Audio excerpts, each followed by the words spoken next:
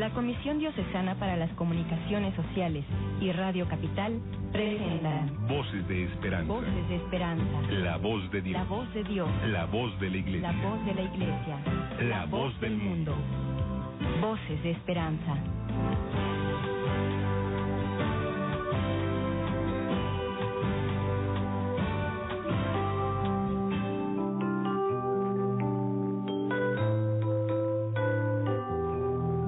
La Iglesia es comunión en el amor.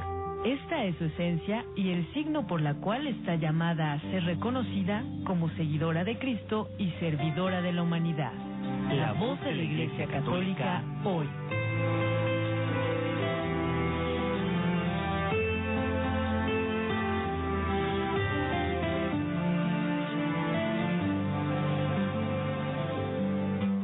Estoy navegando en tu barca, tú diriges su timón, su dirección es el cielo, lugar de eterno amor. Aquí estoy, Señor, tal como soy. Quiero tu querer. Familia Voces de Esperanza, muy buenos días. Un abrazo y bendiciones en Jesús, el Salvador del mundo. Seguimos celebrando la Pascua de la vida. Cristo ha resucitado, venciendo al pecado y a la muerte. Su vida es nuestra vida. Gracias por ser parte de la historia en el amor de Dios que escribimos el día de hoy, viernes 24 de abril de 2015, 9 de la mañana con 1 minuto. Dexter, buenos días, ¿cómo estás? Y bienvenido. Gracias, padre, buenos días, un abrazo a todo el auditorio, a todo el equipo de trabajo y muy contento. Gracias, muy amable. Nos acompaña Gerardo Pérez, como cada viernes los hermanos de Pastoral Social, ya sean sacerdotes o fieles cristianos laicos, comparten con nosotros temas muy interesantes en torno a lo que, bueno, ahora son los principios fundamentales de la doctrina social de la Iglesia. Gerardo, buenos días, ¿cómo estás? Buenos días, padre, buenos días, Dexter, un saludo a todos y todas. Gracias, muy amable, bienvenido. 273-1789 y 273-1755, números telefónicos en cabina para que se comuniquen con nosotros. Ya está lista Pati para atenderles. Bienvenida, hija. Y también está José para atender controles técnicos. En un momento esperamos, con el favor de Dios, se integre Belén en el trabajo de la producción. También búsquenos en redes sociales, en particular allí en Facebook, como programa Voces de Esperanza, para que pues también nos manden un mensaje si hay alguna duda, inquietud, ya sea del tema o de alguna otra situación. Gerardo, principios fundamentales de la doctrina social de la Iglesia, platicamos un poco acerca de la dignidad y la sacralidad de la vida. Sí, padre, recordarán, amigas y amigos, que en todo este tiempo, desde febrero para acá, hemos venido reflexionando algunos temas, algunos elementos que nos propone la Iglesia y específicamente nuestros obispos en México para prepararnos para el tiempo electoral que ya estamos viviendo y que se va a culminar el próximo 7 de junio con el ejercicio de nuestro voto, aunque, como saben, bueno, nuestra participación ciudadana no queda ahí. Nuestra participación ciudadana es de todo momento, porque somos parte de la sociedad, somos parte de la comunidad. Y justamente para ir afianzando esta reflexión, este llamado que nos hacen los obispos a votar, a estar atentos a este tiempo electoral, pues hay que recordar los principios fundamentales de la doctrina social de la Iglesia. Recordemos antes que, bueno, la doctrina social de la Iglesia o la enseñanza social de la Iglesia, pues bueno, es la voz de la Iglesia sobre los problemas sociales, sobre las situaciones sociales.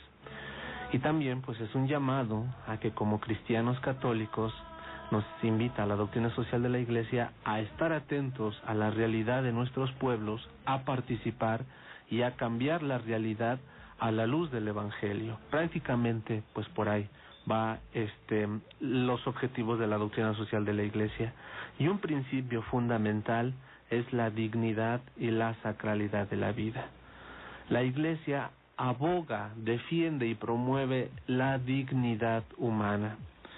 Y lo primero que tenemos que hacer bajo la dinámica del método ver, juzgar y actuar es preguntarnos, y aquí invito al padre Jorge, a Dexter y a ustedes que nos están escuchando, a realizar un pequeño diagnóstico. Misma vida, creyendo que está favoreciendo la vida, me refiero cuando legislo a favor del aborto, a favor de la eutanasia, a favor de cosas o situaciones que vayan contra la familia, entonces hay una contradicción, ya no hay una defensa y cuidado de la vida.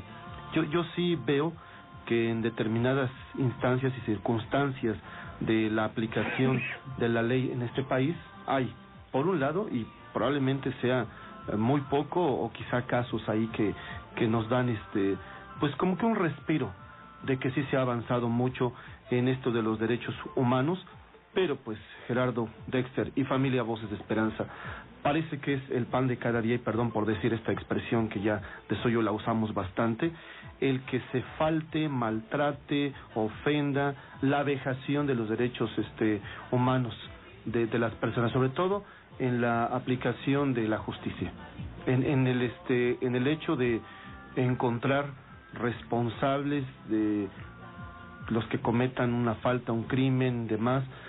También en el camino hay muchas irregularidades, inconformidades.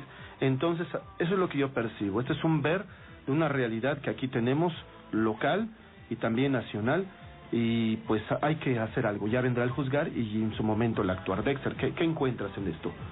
Bueno, pues sí, efectivamente, creo yo que ha habido muchos esfuerzos a nivel de todos los órdenes de gobierno y de las instancias o instituciones que de alguna manera representan a la sociedad por la búsqueda, la promoción, la legalización, las formas y los fondos de los derechos humanos en nuestro país.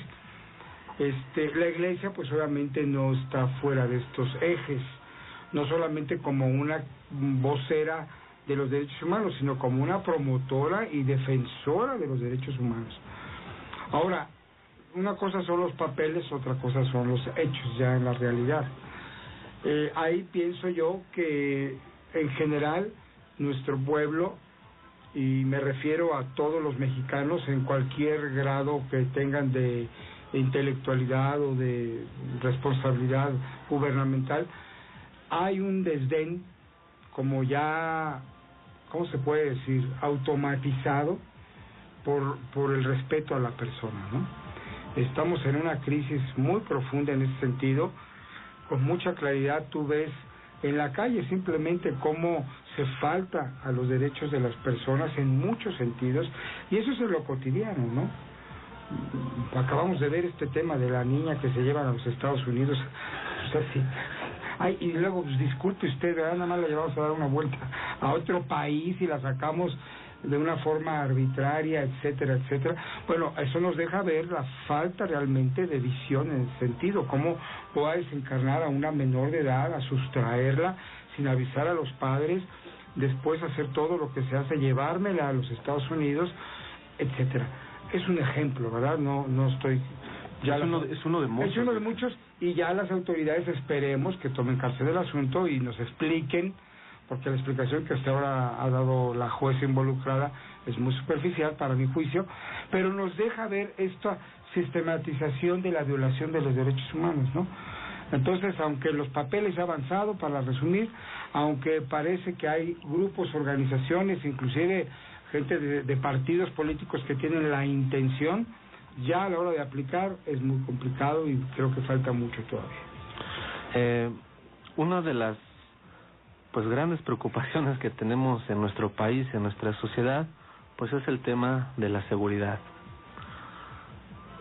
Si creemos que está disminuyendo la violencia, como nos dicen ciertos medios, pues en la realidad es que no.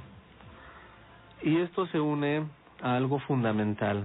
El Estado tiene entre sus principales tareas y objetivos garantizar la seguridad en nuestro país. Sin embargo, como dice Dexter, viendo la realidad, no es así. Cuando no hay una garantía, cuando no hay una seguridad adecuada hacia los ciudadanos, se generan este tipo de violaciones a los derechos humanos. Hoy, si nosotros vamos en la calle, aquí mismo en nuestra ciudad, híjoles, yo creo que no desentonarán conmigo, pero ya le piensa uno, ¿sí? En ciertas zonas de nuestra ciudad, en ciertas zonas de nuestro pueblo, de nuestras comunidades, y no estoy hablando de nombres, estoy hablando en general, está habiendo secuestros, robos, ¿sí? Esta situación de la violencia está creciendo. Entonces, pues bueno, este es un ambiente que no garantiza un respeto, un ejercicio pleno a los derechos humanos, o por omisión de quien debería de garantizar la seguridad, que esto es el Estado, es una función, pero también aquí hay que agregarle la impunidad, la corrupción. Claro. Sí, uno va, por ejemplo, haciendo un poco eco de lo que decía el padre Jorge, uno va a la Procuraduría General de Justicia a denunciar cierto acto, lo primero que te enfrentas es a una situación laberíntica de la burocracia. No hay una respuesta clara, ¿sí? También aquí, derechos humanos, tenemos instituciones, tanto del orden público como del orden social, que promueven, defienden los derechos humanos.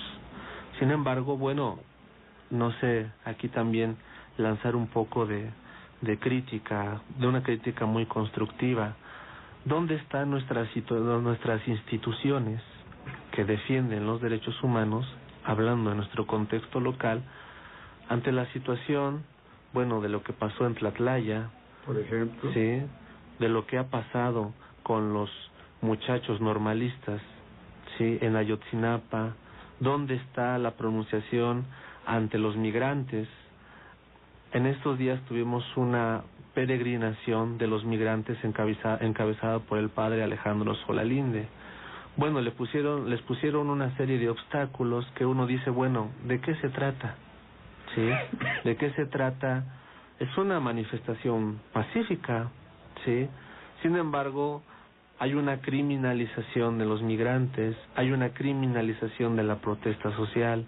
O sea, a grandes rasgos, más o menos este es el contexto al que hoy nos enfrentamos en materia de derechos humanos. Yo también veo como positivo y esperanzador los pronunciamientos de nuestros obispos respecto a la situación actual que estamos viviendo.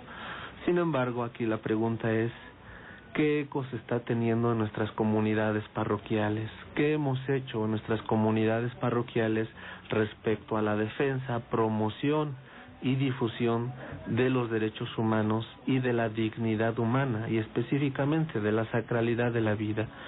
¿Qué actos estamos realizando para promover la vida? ¿Sí?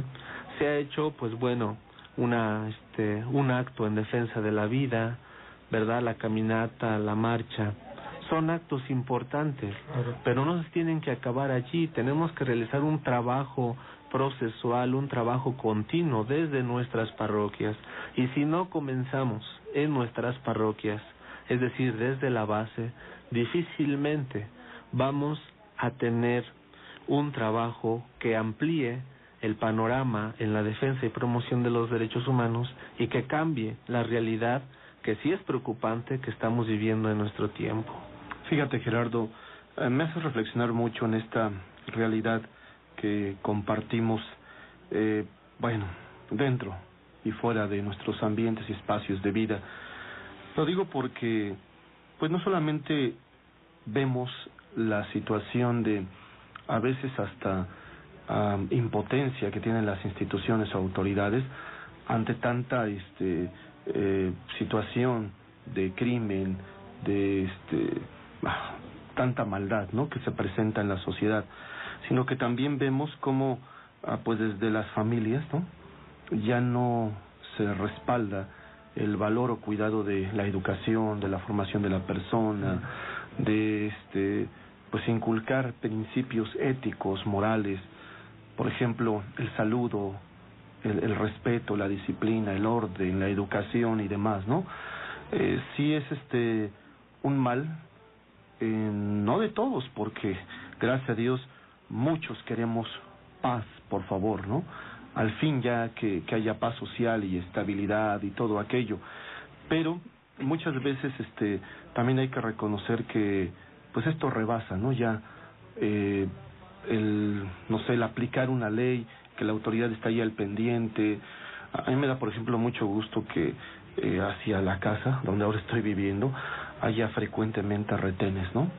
Digo, a mí me agrada, a mí me da tranquilidad y no tengo problema en esperar y que pase y que me saluden y esto, buenas noches, es un trabajo de rutina, todo bien, ¿sí? Observan, adelante, ¿no? O sea, eso a mí me da tranquilidad y que más adelante esté otro. Entonces, eso, bueno, puede resultar esperanzador, pero tienes toda la razón en cuanto a que muchas de estas cosas a nivel instituciones y a nivel familias, personas, pues se nos está yendo de la mano. E incluso como iglesia hablas del caso de la caminata por la vida, pero que no se quede nada más en el evento aislado, sino que podamos también generar otras cosas, actividades y también participación de nuestro pueblo, pues para que se siga promoviendo y defendiendo la dignidad y sacralidad de la vida. Sí, me parece que como iglesia, como institución que defiende la vida, que promueve la vida, que inclusive ilumina la vida a la luz del Evangelio, pues obviamente tendríamos que estar teniendo planes y proyectos. Y me parece que vamos caminando. Por ejemplo, la Conferencia del Episcopado Mexicano, hasta hace unos cuantos años, unos 5 años, la organización pastoral de la misma conferencia como que tenía, vamos a decirlo así, otro sesgo más en el tema litúrgico, en el tema profético, en el tema social, como los grandes ejes en donde se mueve toda la pastoral, que así es.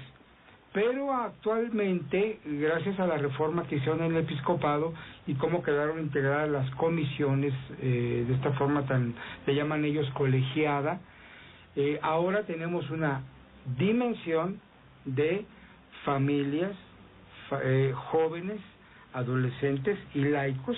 También vida. Y vida, exactamente, a donde ya resaltan, vamos a decir así, estas palabras que evocan situaciones, que evocan, no solo antes se trataba de los laicos, no, ahora hay que definirlos, si los laicos que están casados, los laicos que están jóvenes, los laicos que están adolescentes y sobre todo los laicos que generan la vida y cómo la vamos a proponer. En ese sentido creo que esta organización pastoral del episcopado, que después va a bajar a todas las diócesis, y hoy tenemos nosotros aquí en la diócesis, también al frente está Monseñor Daniel Medina Pech, de toda esta dimensión vida y familia, juventud, laicos y adolescentes, etcétera. Creo que son avances, ¿no? Pero que ha habido conferencias, están estas organizaciones como la de Laurita Barragán, a donde ella pertenece, Vive Familia, que buscan todo esto, la dignificación de la persona o la sacralidad de la vida, como lo llama Evangelii Gaudium, ¿no? Es de donde estamos citando. Muy bien, vamos a ir a compromiso de publicidad. Síganse comunicando con nosotros aquí al programa 273-1789 y 273-1755. En un momento regresamos.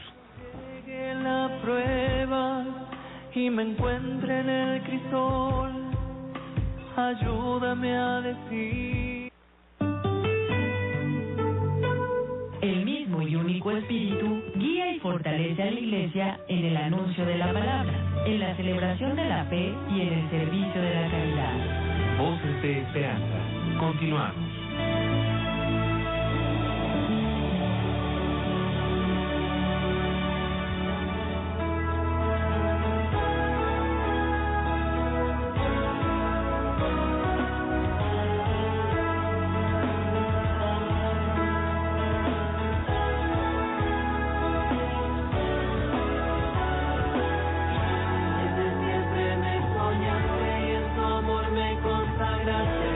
En el vientre de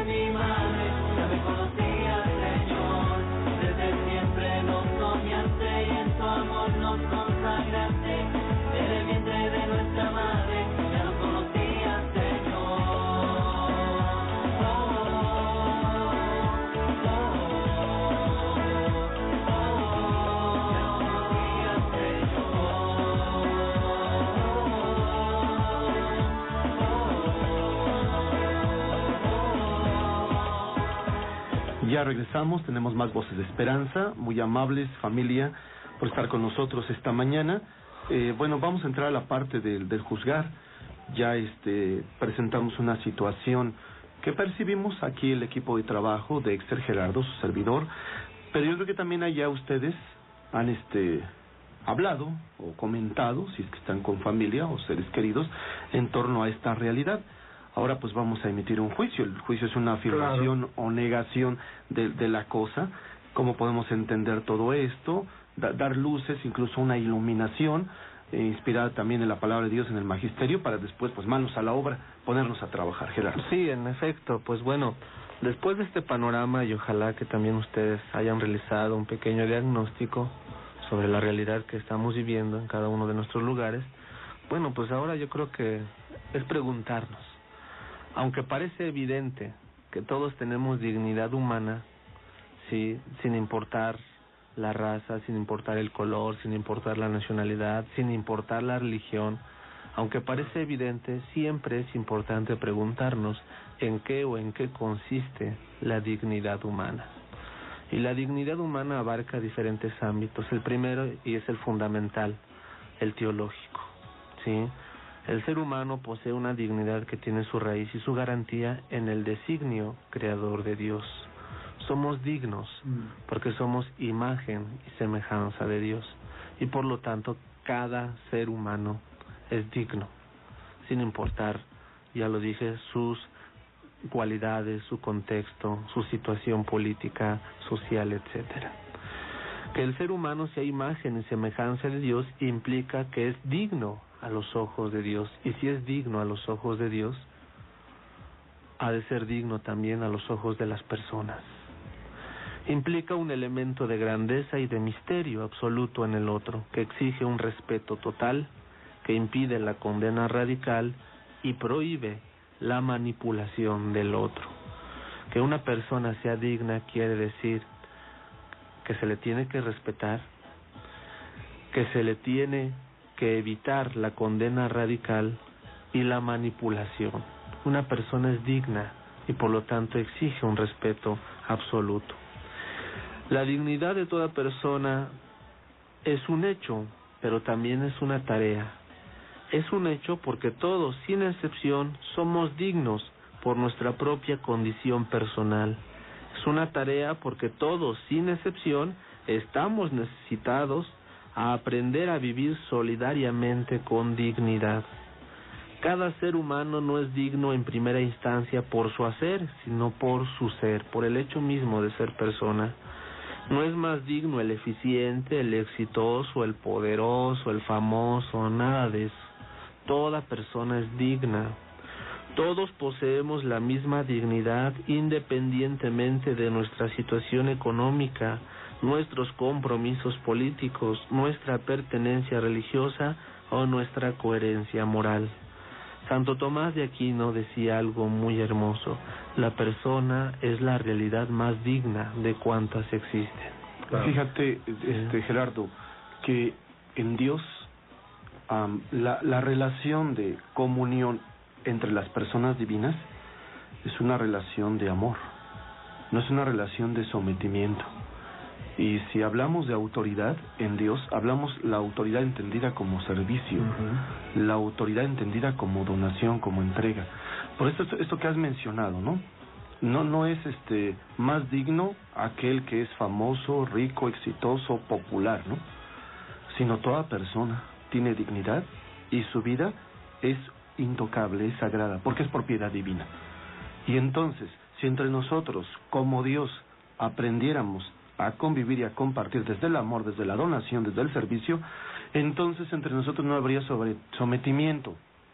Y el ejercicio de la autoridad, quienes tienen que ejercerla, también ustedes padres de familia, la entenderían o la entenderíamos no como aquel que está sometido a mí y que yo lo controlo y yo lo domino, sino aquel a quien yo tengo que ayudar, servir, donarme, entregarme y facilitarle la vida. Ahora no se diga la autoridad pública, no se diga la autoridad religiosa. Esto nada más, para completar lo que tú estás diciendo, me ha dado pie a esta reflexión para que aprendamos de nuestro Dios cómo convivir y compartir en la vida lo que Él nos ha regalado. A mí me parece que esta sensibilidad para poder ver a todos como verdaderos hermanos dignos de mi respeto, mi cariño, mi admiración, o por lo menos de respetarles su buena fama, pues obviamente es una lucha interna tremenda, porque el mundo nos presenta clases, ¿no?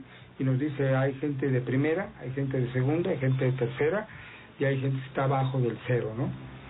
Y me acordé ahorita de un ejercicio que hizo un pastor evangélico muy interesante, porque en su sermón de un domingo habló de esto, de la dignidad de la persona y de la forma en la que tenemos nosotros que ver a los hermanos. Y bueno, dio toda una disertación desde la Biblia, obviamente pues no tienen magisterio, pero lo hizo de una manera muy apasionada, y la gente pues gritando a todo amén, amén, y diciendo que sí. Al siguiente domingo, el pastor se vistió de andrajoso, una persona, ¿cómo le llaman? Homeless, sin hogar, esa gente que anda en la calle. Un pordiosero, un mendigo. Exactamente, se disfrazó y se metió a la iglesia. No, hombre. Y filmó todas las reacciones de la gente indignadísima porque se había metido un tipo de esos, y luego no un maloliente, pidió la palabra, y entonces se subió, y los mismos hermanos de su ministerio, la música, los demás lo querían bajar y después se va descubriendo y va diciendo, soy yo. Crucifíquenle, suelten a Barrabás. Sí, ¿no? ¿En qué quedamos la semana pasada, no? Digo, eso pasa en todas las iglesias, no estoy diciendo que solo con ellos, en cualquier lugar, qué fácil se pierde esta óptica de ver al otro hermano con dignidad y de respetarle por solo el único hecho de ser criatura de Dios, que nos tiene ya que decir mucho, ¿no? Entonces, hagamos conciencia de esto, somos hijos de Dios, hermanos en Cristo, independientemente de religión, credo, posición económica, raza, color, etc. Sí, al hablar de dignidad humana, pues también es hablar de rompimiento de esquemas, se rompen nuestros esquemas. ¿Por qué? Porque nos hemos formado en unos esquemas, por ejemplo, en unos elementos que nos han transmitido desde el nacimiento y que hoy tenemos que romper. Por ejemplo, muchos han escuchado que unos nacen para ser ricos y unos nacen para ser pobres. Ajá. Sí, eso lo tenemos que romper. Sí, Dios no quiere eso. Dios no está a favor de que unos sean ricos y unos sean pobres. Para Dios todos somos iguales y todos tenemos las mismas posibilidades. Es más, la creación no le pertenece a una persona o a un grupo de personas, nos pertenece a todos y todas, y por lo tanto no solo nos pertenece, somos responsables de la creación, ¿sí? Por lo tanto, Dios nos llama hoy a tener en cuenta también la dignidad de la creación. Otra, también, bueno, que el hombre tiene derecho a estudiar y la mujer no, ¿sí? O que el lugar de desarrollo de la mujer es la cocina, la casa, y el hombre, bueno, tiene derecho a desarrollarse.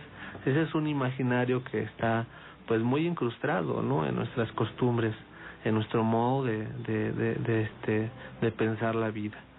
Entonces, son muchos imaginarios que se nos rompen. También en la iglesia vemos, hay una situación muy clara de división de clases.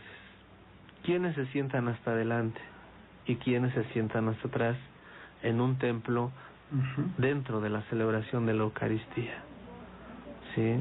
O sea, también nosotros generamos esa división de clases.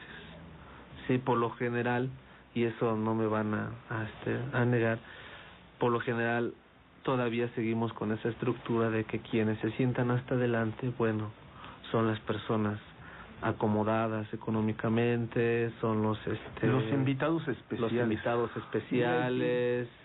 Híjoles, ¿no? Yo creo que eso, aunque pareciera algo muy básico y muy pues sin importancia, pues bueno, yo creo que esa es una forma de mantener estructuras que nos hace faltar a la dignidad de las personas.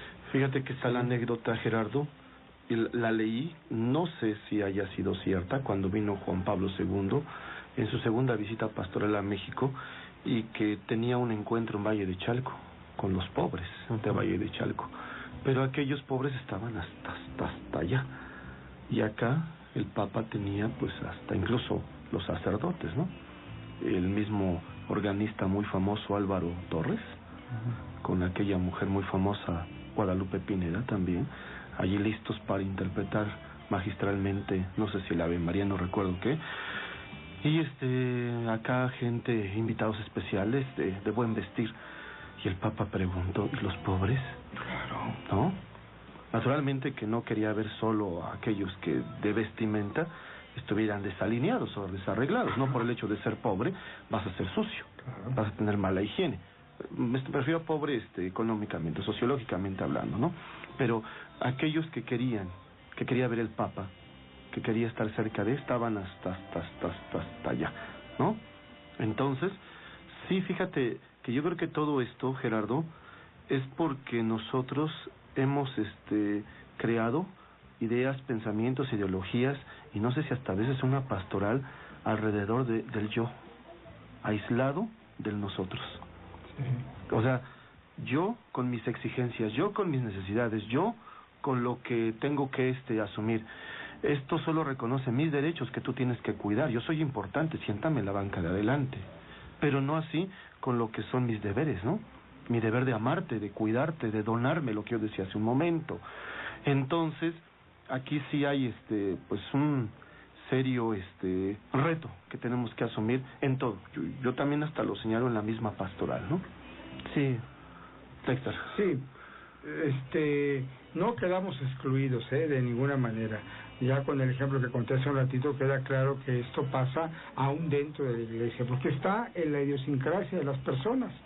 Está ahí, ¿no? Desde que llegamos, bueno, desde antes de la conquista ya había estas clases sociales, estas castas, ¿no? Donde hay unos que tienen más y por lo tanto son más importantes, y como dijera el cantito aquí, que se mueran los feos, ¿no? Que se vayan, que se mueran, que se apaguen. Esos no importan, los importantes son estos de acá, ¿no?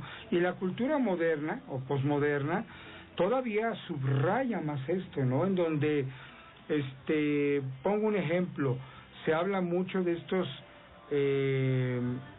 no sé cómo llamarles, búnkers, me parece que ese es el nombre, que tienen los países, que tienen los gobiernos, sobre todo aquellas potencias del mundo, donde se supone que si viniera un ataque nuclear o una cosa de esas tipo Armagedón, apocalíptica según las películas, ellos se recluirían allí para salvarse. Oye, y los otros 7,000 millones, pues que se mueran, que nos salvemos nosotros, como si ellos fueran una casta de gente especial, ¿no? Entiendo la visión política, ¿no? Que se preserven las instituciones, el poder, el orden, bueno, pero eso lo podría hacer cualquier ciudadano con un poquito de inteligencia y con muchas ganas si pasáramos eso. Pero no, ellos están pensando que nos salvemos nosotros. En el fondo y nuestras familias, porque pues no se va a morir nomás. O sea, no se van a salvar nada más eso. En fin, son ficciones, pero donde quiero llegar es a eso. Estamos en ese tema, padre. Primero yo, después yo, al último yo, y esto no abona la dignidad de la persona, al contrario, denigra. Me muero yo y resucito yo. Sí. Gerardo, comentario antes de irnos a compromiso de publicidad. Sí, el Papa Francisco, con su mensaje y con su actitud, nos está invitando a poner en el centro incluso de nuestra misión evangelizadora al pobre. Y eso es algo ineludible, es algo que no cabe la duda. Poner al pobre en el centro es justamente no solo reconocer su dignidad, sino revitalizar las estructuras, nuestros ambientes de iglesia para que sean dignos, abiertos, solidarios, hospitalarios. Ahora, si el Papa nos invita a tener al pobre como el centro de nuestra misión evangelizadora, el centro de nuestra labor, es también denunciar el abuso de la dignidad, la violencia a la dignidad que se está viviendo en nuestro país. Sí, no puede ser que nos digan que olvidemos a estos muchachos de Ayotzinapa sin hacer justicia. No puede ser. La Iglesia tiene que ejercer su actitud profética ante estas situaciones que son atentados a la dignidad humana. Vamos a compromiso de publicidad y vamos a leer también llamadas telefónicas regresando. Voces de Esperanza. Gracias. ¿Dónde quedaron los momentos más intensos?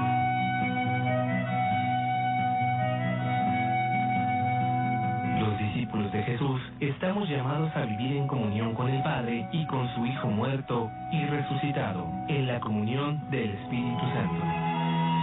Voces de Esperanza. Regresamos.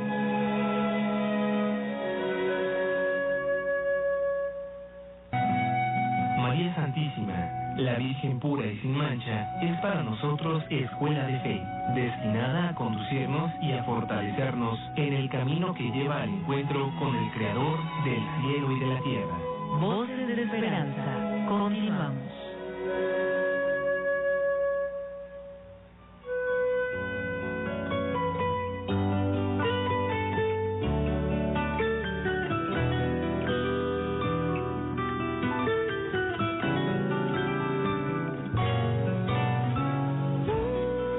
Llamadas telefónicas y mensajes. Felicitamos por su cumpleaños el día de hoy al padre Carmelo Rosales Martínez, al padre Alejandro Lagunas Guadarrama, al padre Leoncio Martínez Jaimes, y también por su cumpleaños el día domingo al padre Antonio Farías Uribe, al padre Ramón Mares Olmos, al padre Óscar Flores Ramírez. Padres, que Dios los cuide y bendiga siempre. Felicidades, échenle muchas ganas. Y también felicitamos al reverendo padre David García Pulido por su aniversario de ordenación sacerdotal el día de hoy. Que Dios bendiga su ministerio a nuestro hermano sacerdote. Más llamadas telefónicas.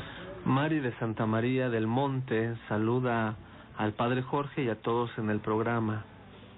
Muy bien, la señora Mari también de Acahualco saluda al padre y pide oración por su sobrina Ana Lilia, que el próximo domingo presenta su examen de admisión para la preparatoria. Cuenten con nuestra oración por todos ellos. Alberto Garduño de San Juan Tilapa pide oración por la salud del padre José Romero García y da gracias a Dios por las bendiciones recibidas en su matrimonio. Leti Hernández de San Buenaventura pide oración por su nieto recién nacido que está en terapia intensiva.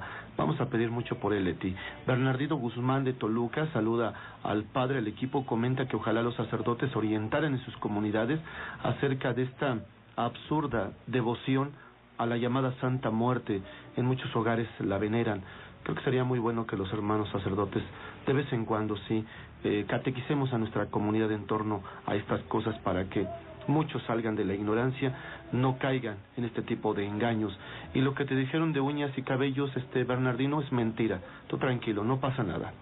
Ernestina Sánchez y familia de Toluca manda un saludo cariñoso al padre Jorge por su santo y un cordial saludo a la mesa de trabajo. Que Dios los bendiga y llenando de sabiduría para compartirnos los temas.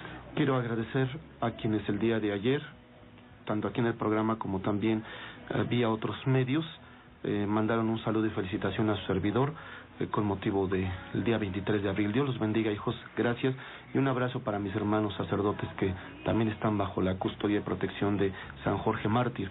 Un abrazo y bendiciones a la comunidad de San Jorge Pueblo Nuevo en Metepec. Olivia Martínez de San Pablo Autopa nos dice que está de acuerdo con los comentarios del padre y a veces culpamos de todo el gobierno y no sabemos educar a nuestros hijos en valores. Saludos al padre y al equipo. Pide oración por Bernardo Núñez, que mañana cumple 23 años. Felicidades. Dolores Ávila de Sinacantepec saluda al padre y pide oración por el padre Ramón Mares Olmos. Mabel de Ocotitlán saluda a todos en el programa, en especial al padre Jorge. Pide oración por Rosita y su retiro de silencio que inicia hoy. Manda un abrazo a todos. Mimi RS, muy buenos días. Saludos a todos los que hacen posible este programa. Les pido de todo corazón que nos unamos en oración para pedir a nuestro Padre paz en nuestro país, ya que estamos viviendo muchas cosas terribles, tristes. Que Dios convierta el corazón de todas las personas que están llenas de maldad. Amén. Saludos al padre de la parroquia de San Juan de las Huertas. Gracias. Saludos al padre Jorge de parte de Reina y Pablo de Ocotitlán. Dice que lo extrañan mucho y le pide oración por su consuelo de su amiga y compañera Azucena. Lo queremos mucho y lo extrañamos. Quiero mandarles un abrazo y bendiciones para ti, Azu, especialmente. No te suelto de la oración, hija, ni a ti ni a toda mi familia Voces de Esperanza. Dios los cuide y los proteja. Inés Villanueva Urbina, buenos días, saludos, gracias por compartirnos temas tan actuales y darnos esperanza. Marco Rosales de Toluca saluda y felicita al padre Jorge y al equipo. Pide oración por Iván Castañeda, que hoy es su cumpleaños. Que Dios le bendiga. Muy bien, gracias por comunicarse con nosotros. Pues, Gerardo, el actuar como iglesia, cómo podemos promover y defender la dignidad humana, hay mucho que hacer, manos a la obra. Claro, sí, hay muchas tareas, muchas labores, muchas acciones que podemos hacer. Bueno, sin hacer un repertorio de recetas, lo primero es dignificarnos a nosotros mismos. Claro. Sí, y dignificar a las personas, especialmente a los que se les niega su dignidad, a los pobres, a los excluidos, a los que dice el Papa, a los frágiles, a aquellos que hoy se les niega su dignidad. Estamos en un modelo que busca la competitividad, que promueve el rechazo, que promueve la exclusión, la discriminación, y dice el Papa Francisco, pues esto tenemos que invertirlo, porque para la Iglesia los primeros son los pobres, los débiles, los frágiles. ¿Y quiénes son hoy los pobres? Bueno, pues son los rostros sufrientes de Cristo, ¿sí? Y ahí están los sin techo, los toxicodependientes, los refugiados, los pueblos indígenas, los ancianos cada vez más solos y abandonados, los migrantes, las mujeres que sufren situaciones de exclusión, maltrato y violencia, los niños por nacer. Y finalmente, pues toda violación de la dignidad personal del ser humano grita venganza delante de Dios y se configura como ofensa al Creador del hombre.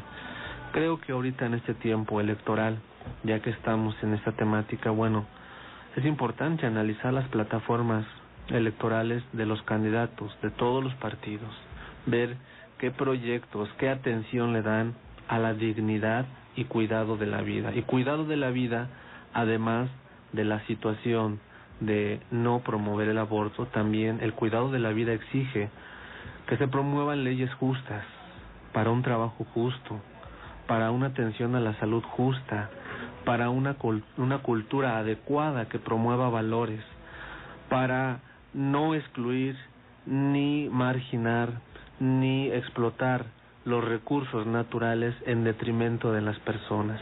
La reforma energética atenta contra los bienes naturales de las personas, de las comunidades. Tenemos una situación que preocupa, el fracking.